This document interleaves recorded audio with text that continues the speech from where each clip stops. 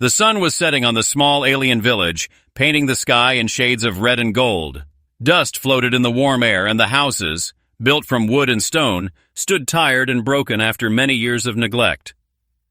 A human traveler walked slowly into the center of the settlement, his boots crunching on the dry ground. He carried nothing but a worn bag and the weight of many lonely miles behind him. The villagers turned their eyes on him, whispering in their strange language. Some looked with suspicion, others with fear, but none came forward to greet him. He was an outsider, a human among aliens who had long lost their trust in strangers. Then, through the crowd, a small figure appeared. A child, no more than 8 years old, stepped out with trembling steps. Her skin was pale and faintly glowing, her hair like strands of silver falling across her thin shoulders. Her large eyes, filled with tears, stared directly at the man as if she had been waiting for him. The traveler stopped. The crowd grew quiet, watching. The child walked closer, her little hands clenched into fists as though gathering courage. She looked up at him with a face full of desperation. "Please," her voice was soft, breaking as she spoke. "Please marry my mom, human. She's all I have left." The man's heart froze. The words struck him like a blade. He had expected fear or begging for food, but not this. Marry her mother? Why would a child ask such a thing? The crowd murmured in shock, some hiding their faces, others shaking their heads. The little girl's knees buckled, and she fell on the dusty ground, clutching at the hem of the man's clothes. "She is alone," the child whispered, her tears dropping onto the earth. "They all turned away. My father is gone. She has no one. If you leave, she will die, and I will die too." The man knelt slowly, his rough hands uncertain as they reached out to lift the girl from the dirt. He could feel her trembling, her tiny body weak from hunger and fear. Her plea was not just words, it was her last hope. For a moment, the traveler said nothing. His eyes searched the faces of the villagers, but none stepped forward. They only stared cold and distant, leaving the child's voice to echo in the silence. The man looked back at the girl. She was staring at him with eyes that begged for more than food or shelter. She begged for a promise, for someone strong enough to protect the last pieces of her broken world. His heart, hardened by many years of wandering, felt a crack open inside. He could walk away, leave her to the cruelty of her people and the emptiness of fate, or he could stay, for reasons he did not yet understand. The girl held tighter to his clothes, whispering again, "Please, human, please don't let us be alone." And in that moment, the human knew his journey had changed. The plea of one alien child had bound his path to hers, and he could not turn away. The man followed the child through narrow paths between broken huts. The evening wind carried the smell of smoke and old wood, and the distant sound of voices faded as the villagers returned to their homes. No one stopped them. No one offered help. The human could feel how unwanted this mother and her child truly were. The girl walked quickly despite her small frame, her silver hair glowing faintly in the fading light. She pulled at his hand with surprising strength, guiding him to a small hut at the far edge of the village. The walls leaned to one side, patched with scraps of cloth and broken planks. It looked less like a home, and more like a shelter fighting against time. Inside, the air was dim and heavy. A single lamp glowed weakly, filling the room with a soft yellow haze. And there, sitting on a mat of rough fabric, was the woman. She lifted her head slowly, and the human's breath caught in his chest. Her face was tired, her skin pale and marked by shadows of sleepless nights, yet she carried a beauty that no hardship could erase. Her long hair fell around her shoulders, and her eyes, though weary, were deep pools of quiet strength. She did not flinch at the sight of the human, but neither did she smile. "Mother," the child whispered, rushing to her side, "I brought him. He will help us." The woman's eyes softened at her daughter's words, but she shook her head gently. "Hush, child. Do not trouble strangers with our pain." Her voice was calm, but each word carried the weight of sorrow. The human stepped forward, lowering his head slightly in respect. He could see the pride in her, even in such broken surroundings. She was not begging. She was surviving, though only barely. The child clung to her arm. "Please, mother, he will not leave us. I asked him to marry you." A silence filled the hut. The mother closed her eyes, as if the words pierced her deeper too. "Han any wound?" She placed her thin hand on her daughter's head and whispered, "You should not ask such things." But the child looked up at the human with hopeful eyes, refusing to let go of her dream. The man cleared his throat, unsure what to say. He had faced battles, storms, and empty roads, but never a plea like this. He saw the truth in their eyes, the child's desperate hope and the mother's silent suffering. She had carried too much alone, and the cracks in her life were ready to break. "Your child. She believes I can help," he said quietly. The woman met his gaze. There was no anger, no shame, only the deep weariness of someone who had lost everything. "We do not need your pity, human. We only need to endure." But the human could see that endurance was failing. The thinness of their arms, the emptiness of their home, the silence of a family once whole. It all spoke louder than her words. He sat down slowly across from her, his voice steady. "Maybe I am not the man you hoped for. But I cannot walk away when your daughter holds on to me like I am her last hope." The mother's lips trembled, though she tried to remain strong. A single tear slipped down her cheek as she turned her face away. For a long moment, she said nothing. Then, in a whisper, she answered, "If you stay, even for a little while, it will mean more than you know." The child smiled through her tears, clutching both of their hands together as if sealing a promise neither of them had spoken yet. And in that fragile hut, among shadows and silence, a new bond began to take root. The next morning, the human awoke to the sound of soft coughing. Sunlight leaked through the cracks in the hut, painting thin golden lines across the dusty floor. He sat up on the rough mat, his body stiff from the night. The air was cold, carrying with it the silence of a place that had forgotten kindness. In the corner, the alien mother was preparing what little food she had. A single pot rested over a weak flame, the smell faint and bitter. She stirred slowly, her hands thin and trembling. The child sat nearby, her wide eyes fixed on her mother with both love and worry. The human moved closer, noticing how little there was inside the pot. Only a handful of roots, boiled until they lost their taste. His stomach tightened, not from hunger, but from the painful truth that this family was living on scraps. The child turned to him, her voice soft. "She gives me all the food," she whispered, almost ashamed. "Mother eats only when I sleep. Sometimes. She doesn't eat at all." The man looked at the woman, but she said nothing. Her face remained calm, though her eyes betrayed her weakness. She carried herself with quiet dignity, refusing to complain, refusing to show despair. Yet her body told the story clearly. She was slowly starving herself to keep her child alive. The human clenched his fists. He had seen hunger before, on battlefields and broken towns, but never in a home where a child smiled through the pain of it. Later that day, he walked outside the hut, hoping to find a solution. The village was alive with noise. Stalls lined the center road full of food and supplies. The villagers had plenty, but their eyes hardened when they saw him. Whispers followed him, the same cold rejection that surrounded the woman and her child.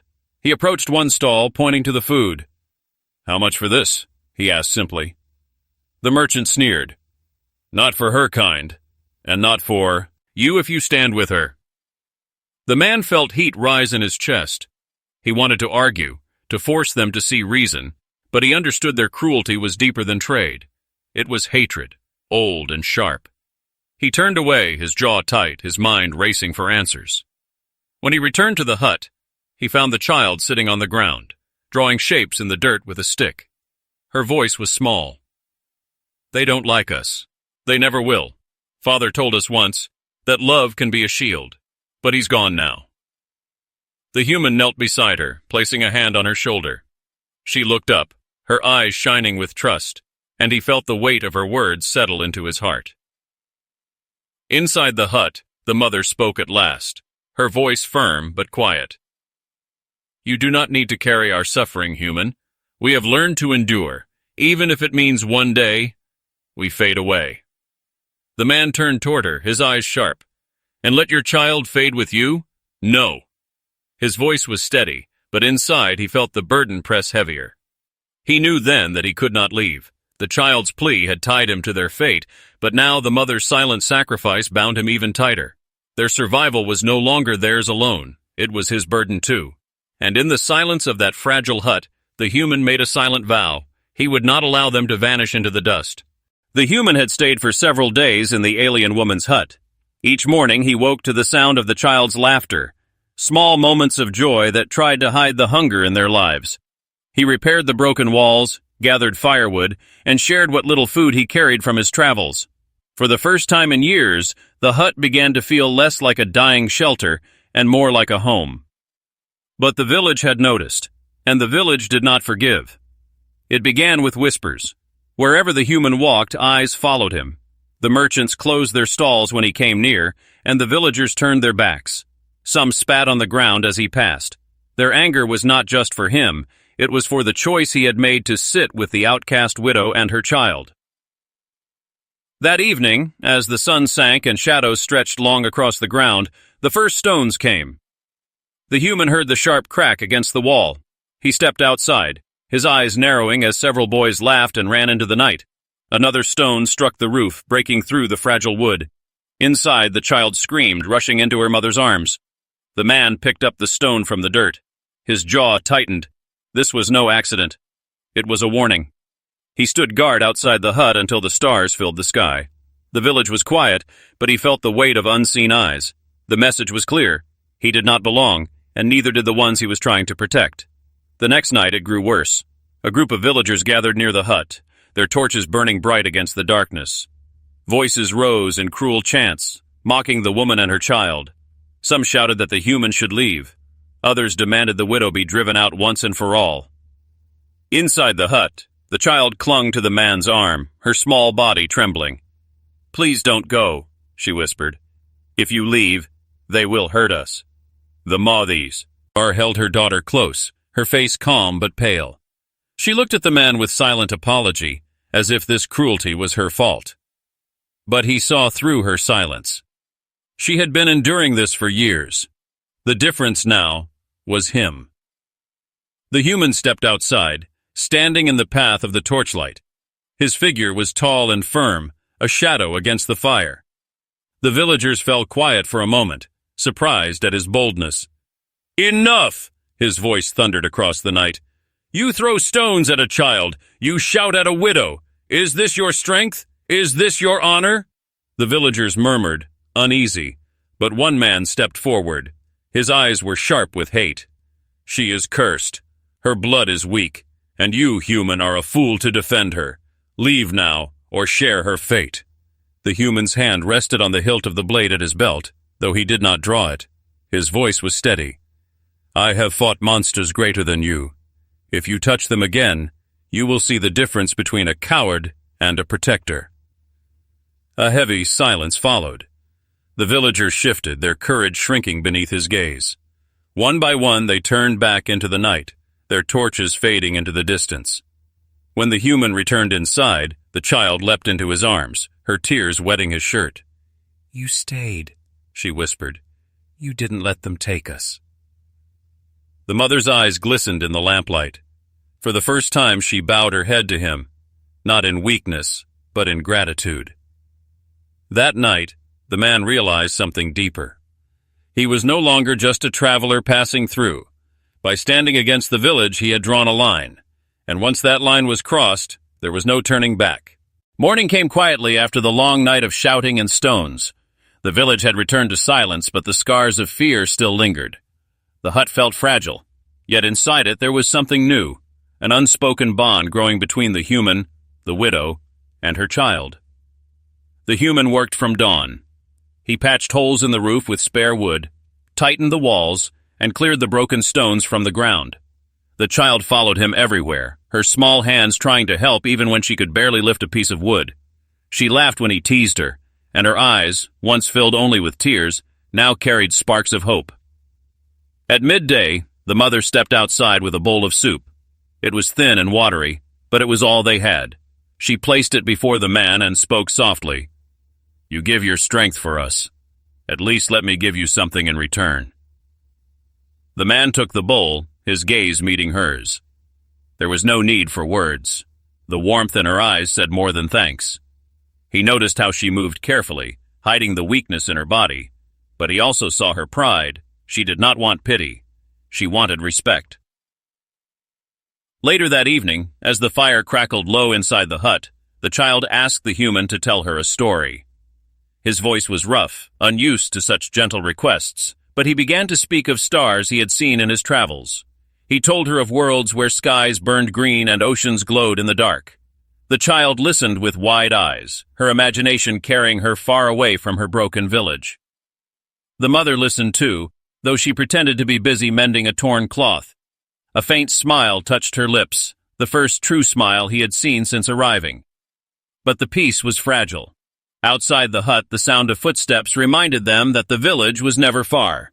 The man knew the hatred of others still surrounded them, waiting for a chance to strike. The next day, he took the child to the edge of the forest. He showed her how to set a simple snare, how to track the prints of small animals, and how to find roots hidden beneath the soil. Her laughter rang through the trees as she proudly held up a small catch. "See, Mother, I can help now." The woman's eyes shone when she saw her daughter return with food. She looked at the human, her lips parting as if to say something, but she stayed silent. Still, the gratitude in her gaze was clear. He was teaching her child not just to survive, but to live. That night, the three of them sat together for the first time around the fire. The child leaned against the man's shoulder, her voice drowsy as she whispered, "Now we are safe." The mother's eyes flickered toward him. For a heartbeat, their gazes locked in the glow of the flames. There was no need for words, yet something passed between them. Trust. Fragile, but real. The man lay awake long after the others had fallen asleep. He stared at the roof he had repaired, listening to the soft breaths of mother and child. A bond was forming here, one he had not expected, one that felt heavier than any weapon he had carried. But in the back of his mind, he knew bonds were also dangerous. The world was cruel to those who dared to hope, and somewhere beyond the village, darker threats were stirring. Days passed, and the human's presence had changed the rhythm of the small hut. The child laughed more, the mother spoke more, and even the silence inside those walls began to feel warm instead of empty. But outside, the village still whispered with anger, and beyond the village, greater dangers moved in the shadows. One cold evening, the sound of heavy steps echoed through the dirt streets. Torches lit the dark sky, and the village bell rang an alarm. Raiders had come. The human stepped outside quickly, his eyes narrowing at the sight of armored figures approaching. There were 4 of them, tall, strong, and ruthless, their faces hidden behind crude masks. They carried long blades, their armor scarred from battles across other villages. These were not simple thieves. They were predators who came to take what they wanted. The villagers gathered, trembling. The leader of the raiders raised his voice. "We will take food, weapons, and silver. Pay or we burn this place to the ground." Fear spread like fire. The villagers looked at one another, then turned their eyes toward the widow's hut. The whispers grew louder. Sacrifice them, give the outcasts away, and maybe the raiders would leave the rest unharmed. The human felt his blood boil.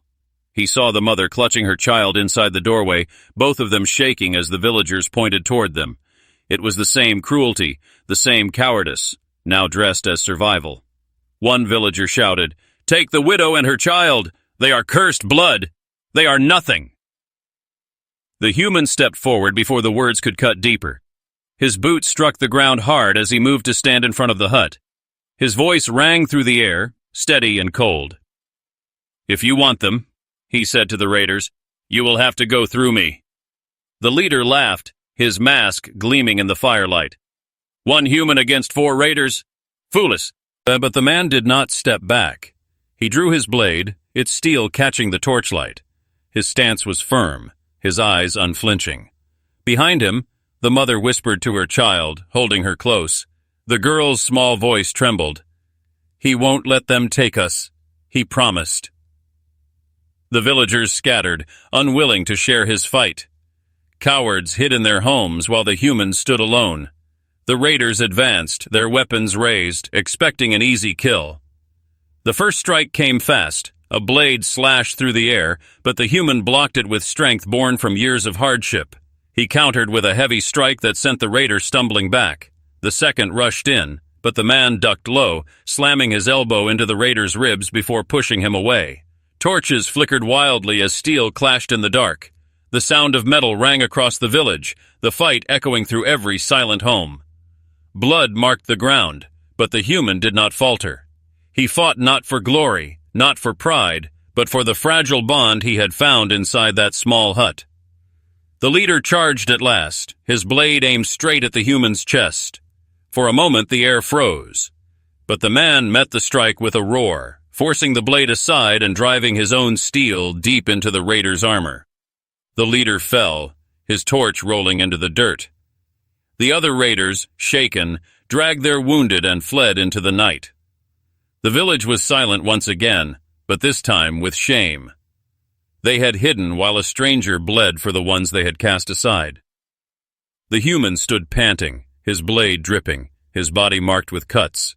He turned to the hut, where the mother and child waited with tears in their eyes. The child ran into his arms, crying, "You saved us! You chose us!" The mother's eyes glistened. She stepped forward, her voice trembling. "You did not have to risk your life, yet you did. Why?" The man looked at her, his voice low but firm. "Because I could not watch the world take from you what little you had left." And in that moment, the choice was made. He was no longer just a traveler. He was their protector. The night after the raid was quiet, but the silence carried a heavy weight.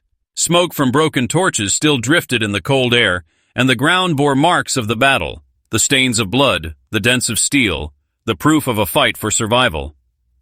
Inside the hut, the child sat close to the human, her small hands wrapped around his arm. Her eyes, though swollen from tears, now held something brighter. Trust. She did not see him as a stranger anymore. She saw him as the wall that had stopped the world from crushing them. The mother knelt beside the fire, tending to his wounds. Her fingers were gentle, though her hands trembled. She cleaned the cuts across his arms and pressed cloth against his side where a blade had pierced his skin. Her face was calm, but her eyes betrayed the storm inside her, fear, gratitude, and something even deeper she dared not speak aloud. "You should not have done this," she whispered, her voice barely carrying over the crackle of the flames. "You could have died for us." The man winced as the cloth pressed against his wound, but his voice was steady. "If I had walked away, you both would be gone. That is a death I could not live with." The mother lowered her gaze, a single tear slipping down her cheek. For so long she had carried her burden alone, too proud to beg, too afraid to hope. Now someone had chosen to stand beside her when even her own people had turned away. The child leaned against him, whispering softly, "You're part of us now." Her words were innocent, but they carried the weight of a promise. Outside, the village remained silent. The raiders were gone, but so too was the villagers' last excuse. They had watched a stranger fight for those they had abandoned. Their shame hung in the air, heavy and unspoken. Some peeked from their huts, their eyes wide with guilt, but none dared to approach the hut where the human rested. By dawn, the man tried to stand, but the child grabbed his hand tightly. "Don't go," she pleaded. "If you leave, everything will be dark again." The mother watched him carefully, her lips trembling. For a moment she seemed ready to speak, then stopped, as though the words were too heavy to carry. Finally she said, "You do not need to marry me, as my daughter foolishly begged, but know this, when you fought for us, you became more than a stranger. You became family." The words struck him harder than any blade. He looked at her, at the child clinging to his side, and realized that the road he once walked alone had ended here, in this fragile hut with two souls who had given him a reason to stay. The man smiled faintly, though his face was tired. "Family," he repeated, his voice soft. "Then I will not leave." The child's eyes filled with tears again, but this time they were tears of joy. She wrapped her arms around him, her small voice breaking with relief. "Then we are safe now. Forever." The mother's eyes shone in the morning light, and for the first time her sorrow eased. She looked at the man, not as a stranger, not as a protector, but as something far greater. And so, in the ruins of distrust and cruelty, a new family was born, not bound by blood, but by choice, not built by the past, but by the hope of tomorrow. For the human, the widow, and her child, the journey of survival had become the beginning of something stronger, a bond that no hatred, no village, and no raiders could ever break again.